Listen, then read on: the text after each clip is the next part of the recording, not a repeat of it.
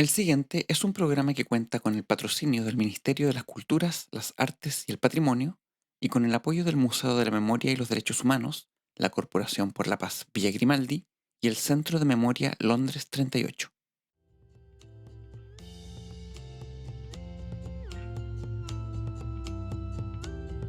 Probablemente uno de los mayores y más frecuentes temores que se podían experimentar durante los años de la dictadura cívico-militar en Chile era el peligro de que te hicieran desaparecer. Ser raptado por los aparatos de represión estatal del régimen y nunca volver a ser visto por tus seres queridos fue un temor latente en todos los habitantes de este territorio a lo largo de 17 años. De la misma manera, y como contraparte, existió el temor a que te quitaran algún ser amado, como ocurrió con tantas familias. Fue esta sensibilidad la que nuestra artista de hoy supo recoger y llevar al arte, dando forma a trabajos que buscaban reflexionar sobre la ausencia de estos cuerpos faltantes. Nos referimos a Luz Donoso Puelma, la Luciérnaga, como solían llamarla sus más cercanos, quien, con su obra, logró iluminar algunos de los pasajes más oscuros que tuvo este periodo y que a partir de sus grabados y acciones, aportó tanto a la reflexión del momento como a nutrir de creatividad y potencia simbólica muchas de las acciones que las organizaciones de derechos humanos y de familiares de las víctimas llevaron a cabo en pos de denunciar la violencia de Estado. ¿Quién mejor que Luz para ayudarles con esto? Dado que ella experimentó en carne propia lo que fue perder a seres queridos. Esto debido a su cercanía con el Partido Comunista. Muchos de sus más cercanos fueron el blanco predilecto de las fuerzas represivas. Nos adentraremos en la obra de un artista cuyo compromiso con la lucha nunca cejó y convirtió el arte en un arma que dotaría de sentido lugares vacíos que se ubicaban en un espacio que ella misma denominó dentro y fuera del arte. Bueno, les doy la bienvenida a todas y a todos a este nuevo capítulo de La Mirada Censurada, un podcast sobre arte en dictadura, en donde, como ya se los adelantaba en la introducción, nos abocaremos a la artista Luz Donoso, una de las creadoras más prolíficas y comprometidas de los años que nos ocupan en este programa. La obra de Luz es realmente un ejemplo de lo que se podría entender como el arte y el activismo fusionados, algo que hoy en día recibe un nombre bastante glamoroso y que se conoce como artivismo. Un nombre nuevo para una práctica antigua: utilizar el arte para denunciar los abusos que, en este caso, el Estado perpetraba para con sus ciudadanos. Algo bastante recurrente durante este periodo, dado que el grueso de las obras de arte, si es que hubiese que utilizar esa etiqueta para referirnos a estas producciones, se basaba e inspiraba en la denuncia de dichos abusos, o los tomaba como una temática para hablar y reflexionar en torno a ellos. Sin embargo, y es aquí donde hago hincapié en la obra de esta artista que, en lo personal, considero particularmente potente en este punto, puesto que consigue realizar la denuncia sin caer en la obviedad propia de lo panfletario, aun cuando utilizara, paradójicamente, por ejemplo, afiches y panfletos para su trabajo, como ya veremos dentro de un instante. Algo que, en muchos casos, no se lograba, siendo el resultado algo demasiado propagandístico o bien, en su defecto, demasiado poético y metafórico, haciendo de la obra algo sumamente críptico y, por lo mismo, reduciendo su radio de alcance exclusivamente a receptores instruidos en arte. Asimismo, resulta interesante el hecho de que su trabajo, al igual como algunos de los artistas que en este podcast veremos, fue relegado al olvido durante mucho tiempo y rescatado por la historiadora Paulina Varas en su libro Luz Donoso, el arte y la acción en el presente, editado en 2018 por la editorial 8 Libros, en donde pone de relevancia la vida y obra de esta artista, analizando sus trabajos y destacando el tenor político de los mismos, junto con su activa participación en movimientos sociales por los derechos humanos. Será este libro la principal fuente que utilizaré hoy para las reflexiones que se harán en torno a la obra de esta creadora, en gran parte por la seriedad y profundidad con las que la autora ha abordado el tema, y sumado al hecho de que son pocos los historiadores que se han preocupado de trabajar de forma monográfica a esta artista. De ahí que sea un excelente material para conocer el arte de Donoso y por lo mismo lo recomiendo totalmente. De igual forma, dejaré algunos enlaces en la descripción que llevan a páginas con información para profundizar en este artista y, sobre todo, que poseen imágenes de algunas de las obras que hoy abordaremos, para que, cuando tengan tiempo, les den un vistazo. Bueno, como será costumbre en este podcast, siempre antes de adentrarnos en el análisis mismo de las obras en cuestión, le dedicaré algunos minutos a ciertos aspectos biográficos de los artistas y colectivos que aquí abordemos. Esto porque a la hora de entender la obra de los creadores, siempre es importante considerar cómo fue su vida. Algo que aplica tanto para artistas visuales como para escritores, músicos, cineastas, dramaturgos e incluso científicos. La biografía es un elemento fundamental a la hora de comprender todo tipo de creación, dado que las experiencias de vida influyen directamente en estas y en cómo se dan. De ahí que siempre le dedicaré algunos minutos a esta. Pues bien, partamos diciendo que Luz Donoso Puelma nace en Santiago en 1921 y realiza estudios de medicina durante 4 años en la Universidad de Chile a partir de 1943. Sin embargo, desiste de esta profesión para comenzar a aproximarse de manera extraacadémica a las artes visuales. Ella misma declaró en más de una ocasión que siempre guardó un profundo interés por el arte.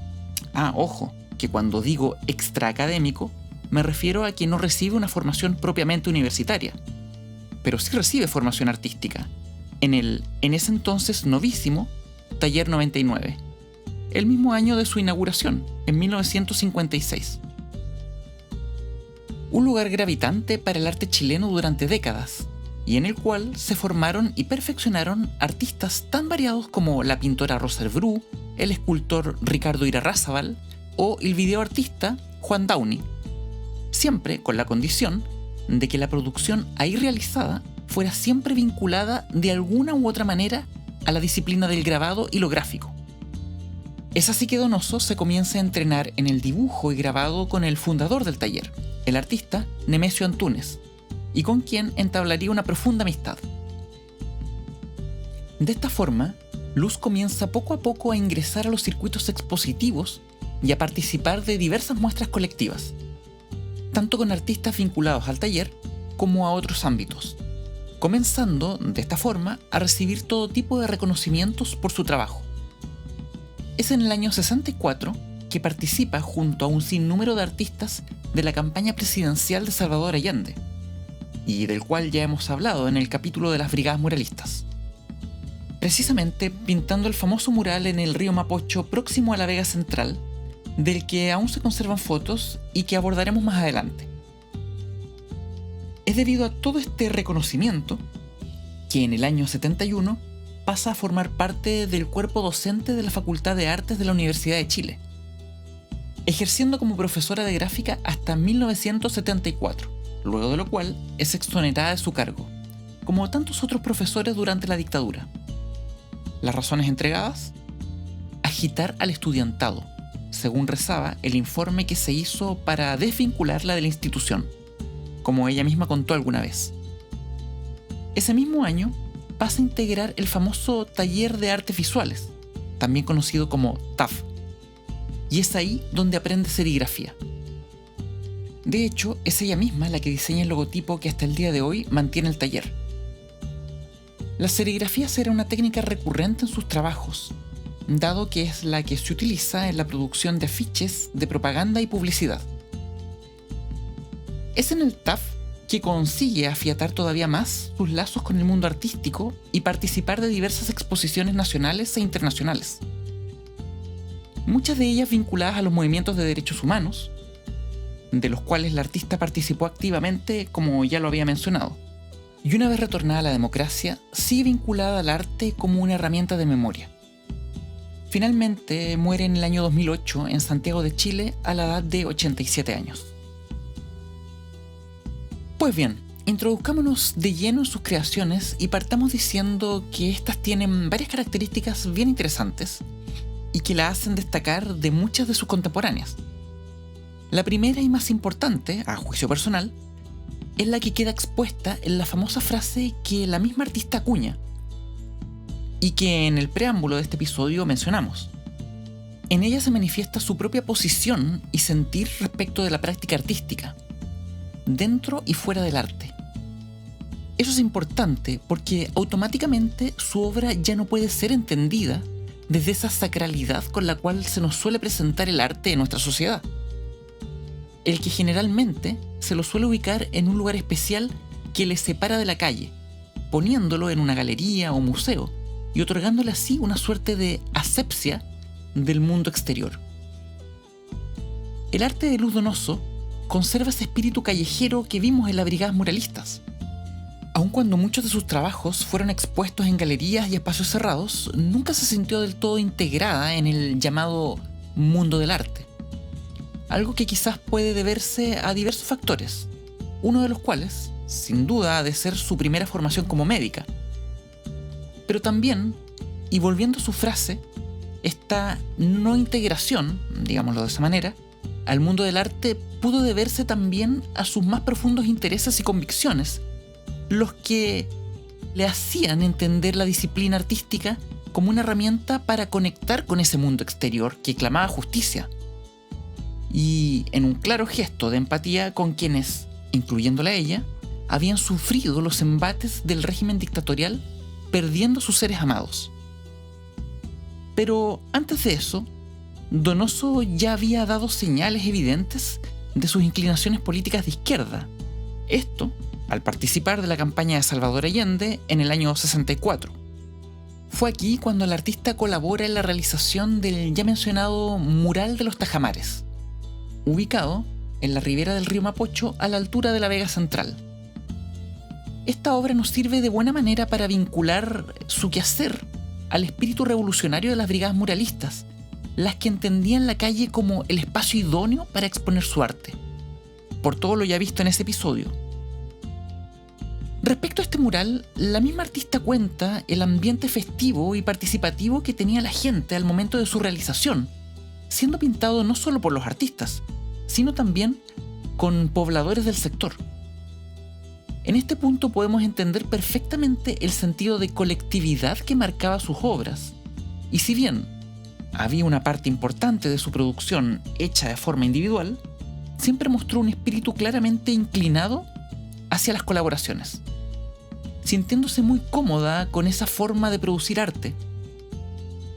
Ahora bien, en esta obra se podían apreciar algunos de los elementos más habituales dentro de la imaginería del mural: grupos de trabajadores, mineros, campesinos, niños, aves y una de las figuras más destacadas de la composición, el busto del presidente José Manuel Balmaceda, sosteniendo una hoja en la cual se leía la consigna: "Esta tierra, esta riqueza será de Chile.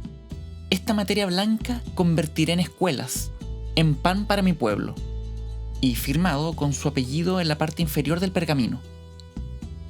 Y al lado de Balmaceda se logra apreciar el rostro de Luis Emilio Recabarren, el fundador del Partido Comunista de Chile. Sabido es que el artista participó en la ejecución de varios murales, todos hechos en lugares populares, en donde los mismos pobladores invitaban a los artistas ofreciéndoles muros, y en algunos casos los agasajaban con empanadas o algún tipo de vianda a modo de agradecimiento. Es en estos pequeños gestos en donde queda patente esa conexión con los ámbitos que escapan de los elitistas círculos del arte, y con los cuales Donoso siempre mostró un grado de evidente ajenidad.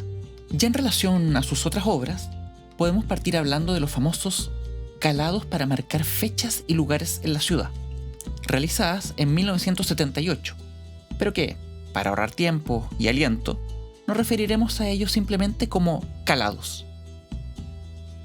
Tal y como su extenso nombre lo indica y los describe la autora Paulina Varas en su investigación, estos objetos consisten en dispositivos matrices compuestos de fragmentos de cuerpos desconocidos, o, dicho de otro modo, son planchas metálicas que tienen precisamente calados con la forma de partes del cuerpo humano.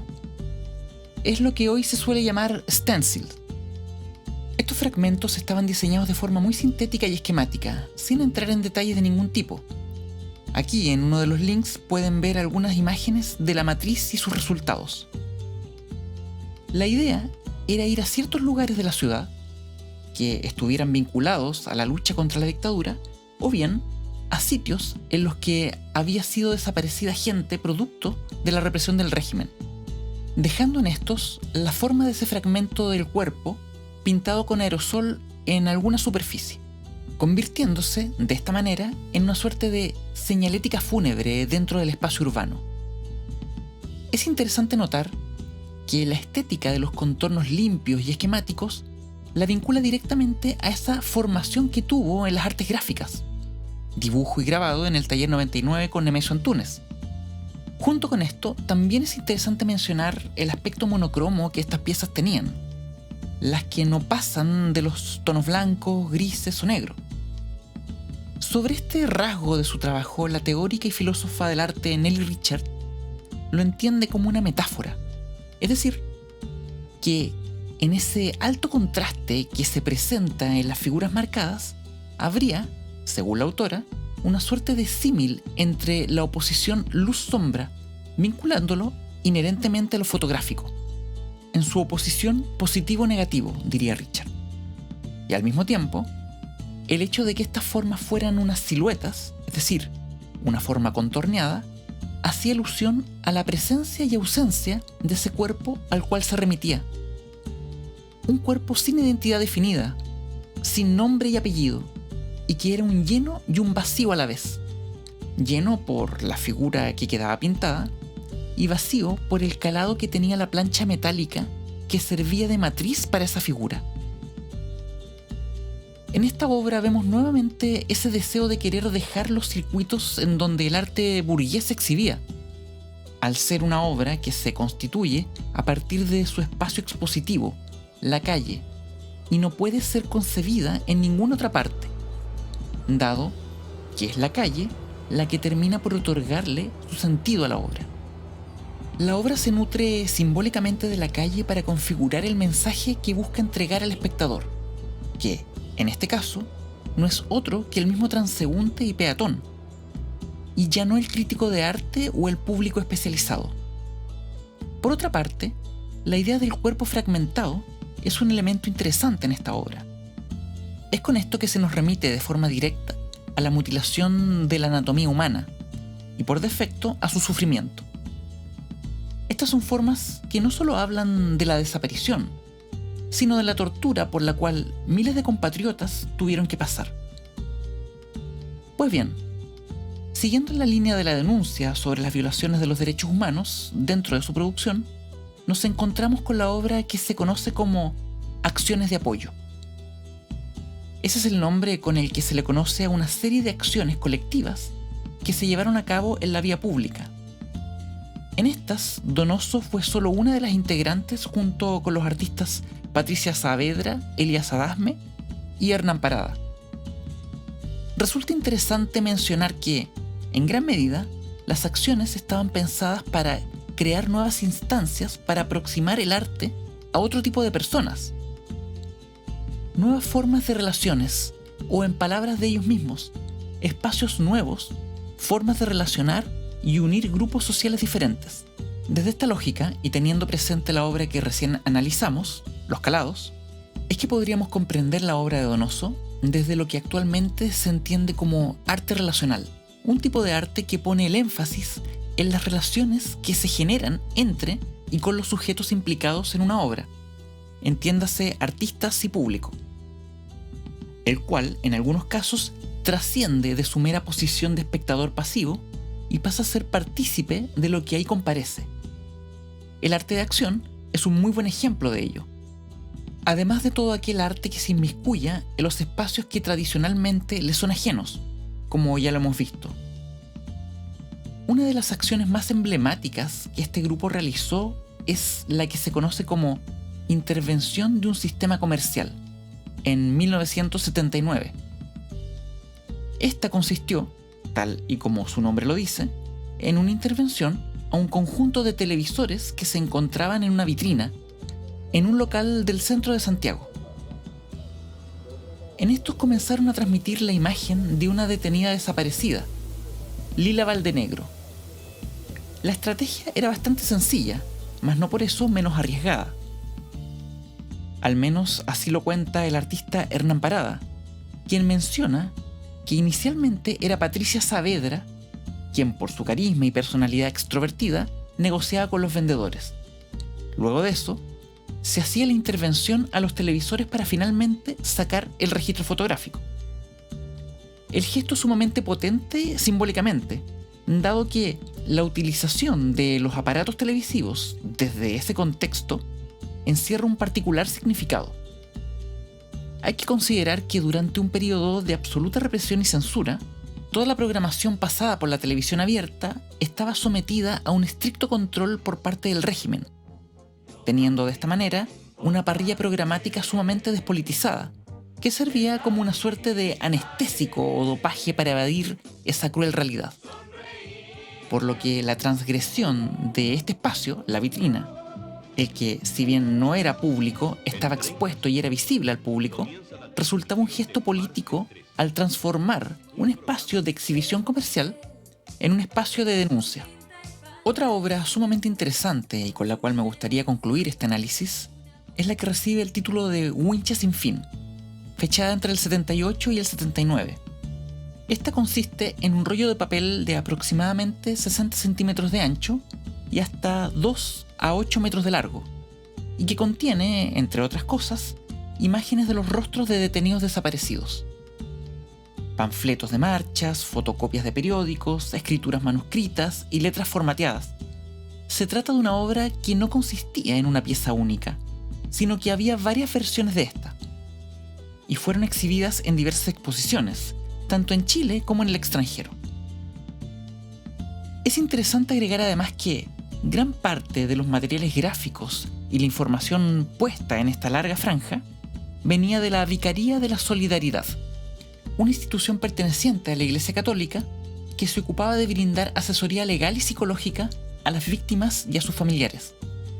De ahí que uno pudiera encontrar en la superficie desplegada informes legales de desaparecidos e información tanto de prensa como de corte jurídico. La Wincha tenía como uno de sus propósitos, según comenta Hernán Parada, artista y amigo personal de Donoso, ser una suerte de panorama de aquello que veía y que quería ser visible para el resto. La forma de Wincha, de hecho, hace una referencia bastante directa al rollo fotográfico o incluso a la cinta cinematográfica, potenciando aún más el deseo escópico del objeto en cuestión, es decir, de sus características que potencian y propician la pulsión visual del espectador, o dicho de otro modo, que lo conminan a ver todo aquello que el artista considera importante de ver. Hay un detalle interesante en este trabajo, y es que el título tenía una continuación, hasta que nos digan dónde están. Por eso, también la idea de lo que no tiene fin, en donde se sobreentiende la lucha incansable que no cejará hasta encontrar al último de esos que desaparecieron, y a su vez, encerrando un sentir dramático al existir la posibilidad de que esta franja pueda acrecentarse. De ahí que se puede entender también como una obra inconclusa.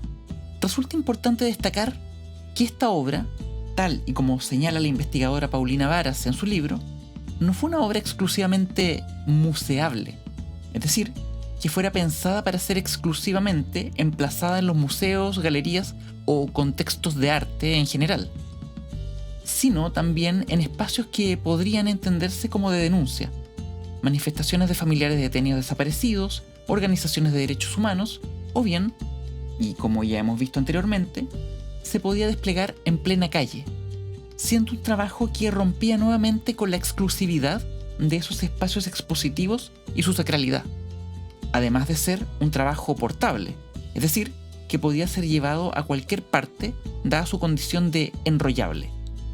Y por último, hay también en su condición de extenderse de forma indefinida, una proclama que invita a quienes aún están vivos a seguir buscando a aquellos que ya no lo están.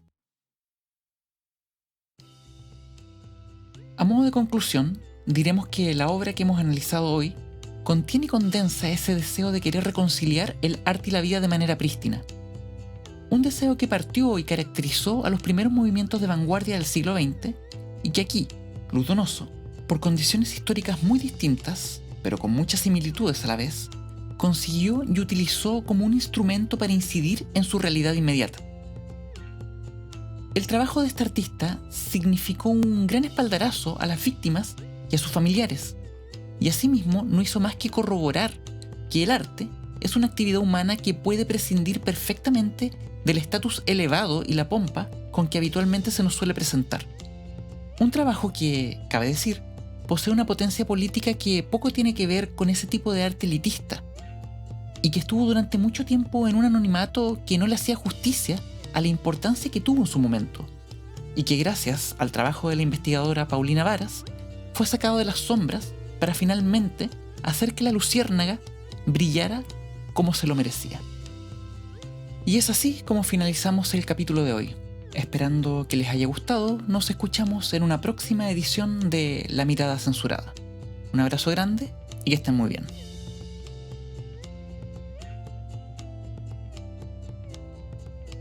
Quisiera agradecer encarecidamente a Leonardo Ramela, ingeniero, sonidista y músico, productor y editor del podcast, y a quien pueden escuchar en su canal de YouTube. A Damián Jones, músico, compositor y autor de las envolventes melodías que aquí pudieron escuchar, y a quien pueden seguir en todas sus redes sociales como Damián Jones.